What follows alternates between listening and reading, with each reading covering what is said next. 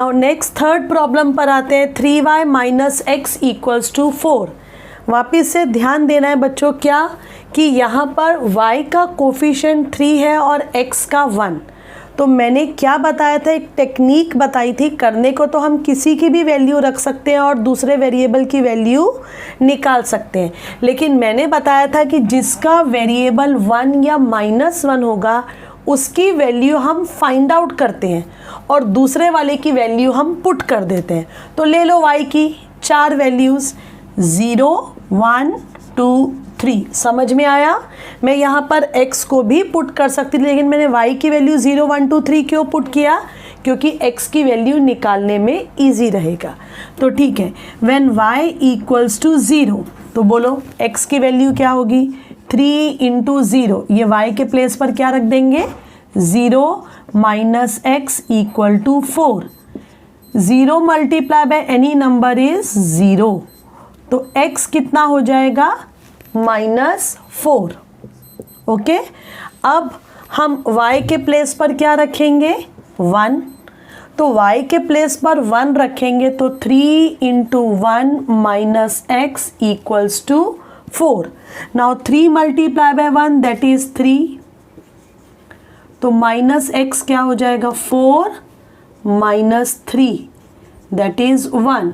सो therefore x की values क्या हो जाएंगी? -1। अब दूसरी पुट करते हैं, 2 पुट करते हैं। तो 2 पुट करने पर क्या होगा? 3 इंटू 2, वाई के प्लेस पर 2 माइनस एक्स इक्वल्स टू 4। अभी देखा, अभी तक कोई प्रॉब्लम नहीं आ रही है। क्यों नहीं आ रही है? क्योंकि हमने y की वैल्यू पुट कर दी। अगर हम x की पुट करते और y की निकालते जिसका कोफिशिएंट 3 था तो कैलकुलेशन लेंदी हो जाती। तो ये बात ध्यान में रखनी है कि जिसका कोफिशिएंट 1 या -1 रहेगा उसकी वैल्यू हम निकालेंगे और दूसरे की वैल्यू हम पुट कर देंगे। इससे कैलकुलेशंस ईजी हो जाएंगी।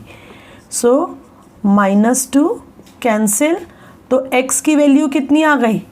2। ओके, x2 आ गया। अब हम पुट करते हैं y के प्लेस पर 3, तो ये क्या हो जाएगा? यहाँ पर 3 multiply by 3 minus x equals to 4। तो माइनस एक्स कितना? 4 माइनस 9, ये हो जाएगा -5। तो x की वैल्यू कितनी? 5।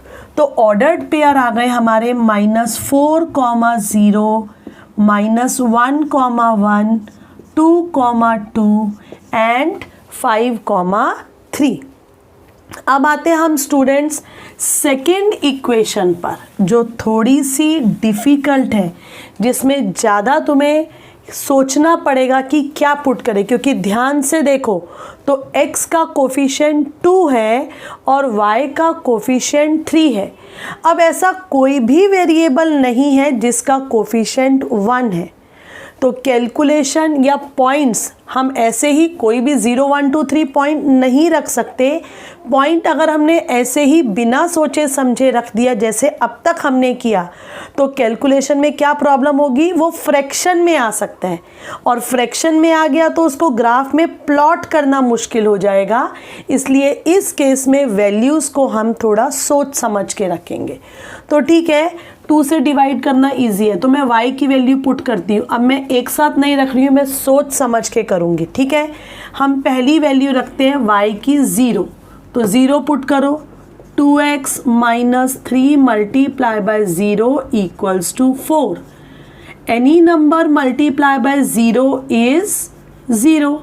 सो ये x कितना हो जाएगा? 4/2 दैट इज 2। ये तो सिंपल हो गया, फ्रैक्शन में नहीं आया। अब मैं एक एग्जांपल करके दिखाती हूँ। अगर मैंने y की वैल्यू क्या रख दी यहाँ पर? 1, तो देखो क्या होगा। अभी देखना यहाँ पर 3 इंटू 1,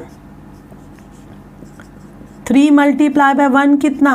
3, -3 दूसरी साइड जाकर क्या हो जाएगा? प्लस का 3, ये क्या हुआ? 7/2।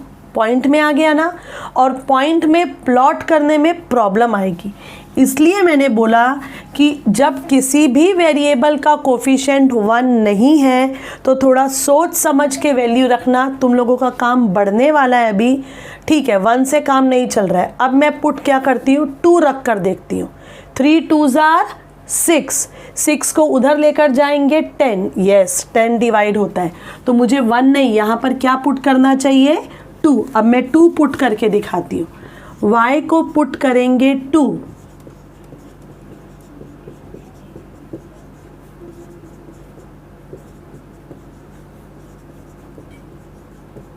देख रहे हो ना, यहाँ पर -6 आया, -6 शिफ्ट होकर प्लस का 6, तो यहाँ से x कितना हो गया, 10/2 दैट इज 5। x की वैल्यू कितनी आ गई है, 5। अब मुझे बताओ अगली वैल्यू क्या रखनी चाहिए।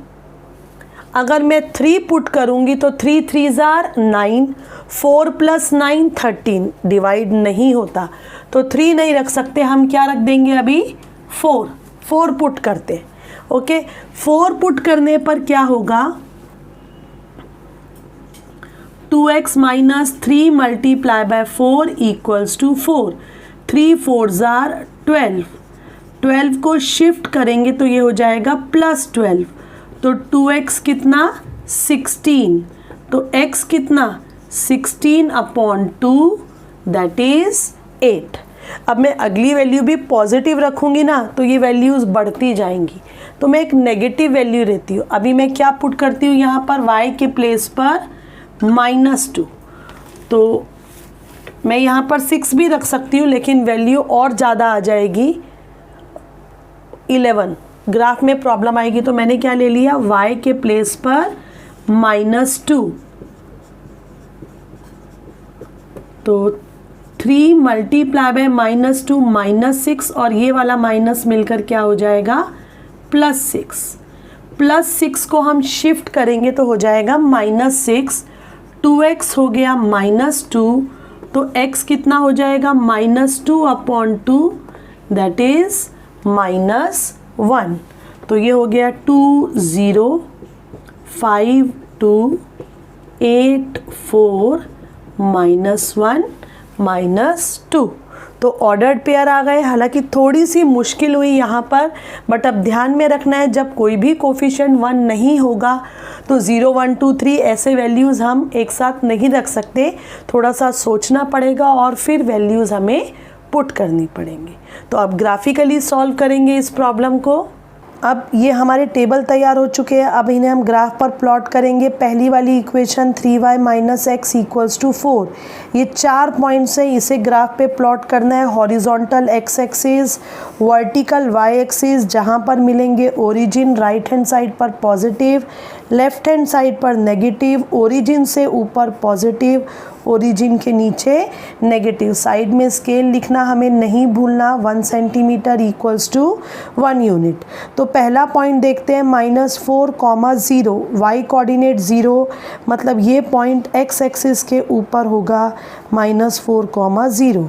सेकंड है -1 and 1, सो ये x is -1, y is 1, -1, 1, then x is 2 and y is 2, so ये पॉइंट हो गया 2, 2। Fourth and last point is 5, x is 5 and y is 3, so this one 5, 3। अब स्केल की हेल्प से हमें इन्हें जॉइन करना है, तो ये चारों पॉइंट्स को जॉइन करेंगे हम, और जैसा मैंने बताया था कि चारों पॉइंट्स एक ही लाइन पर लाई करने चाहिए।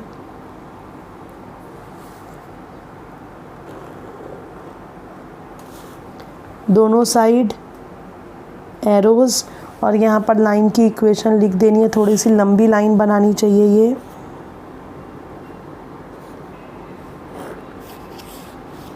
यहाँ लिख देते हैं 3y - x = 4। अब हम दूसरी लाइन लेते हैं, 2x - 3y = 4। इसके पॉइंट्स को प्लॉट करेंगे। पहला पॉइंट है 2, 0, मतलब x एक्सिस पर 2 and 0।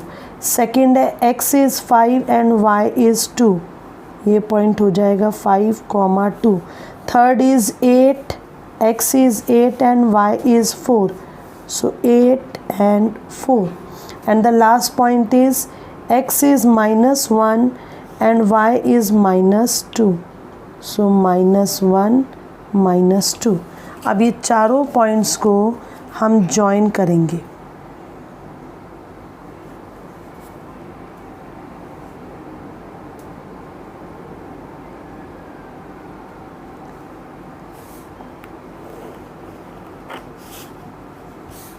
चारों पॉइंट्स को हमने देखा कि दोनों लाइन आपस में इंटरसेक्ट करती हैं किस पॉइंट पर, 8, 4.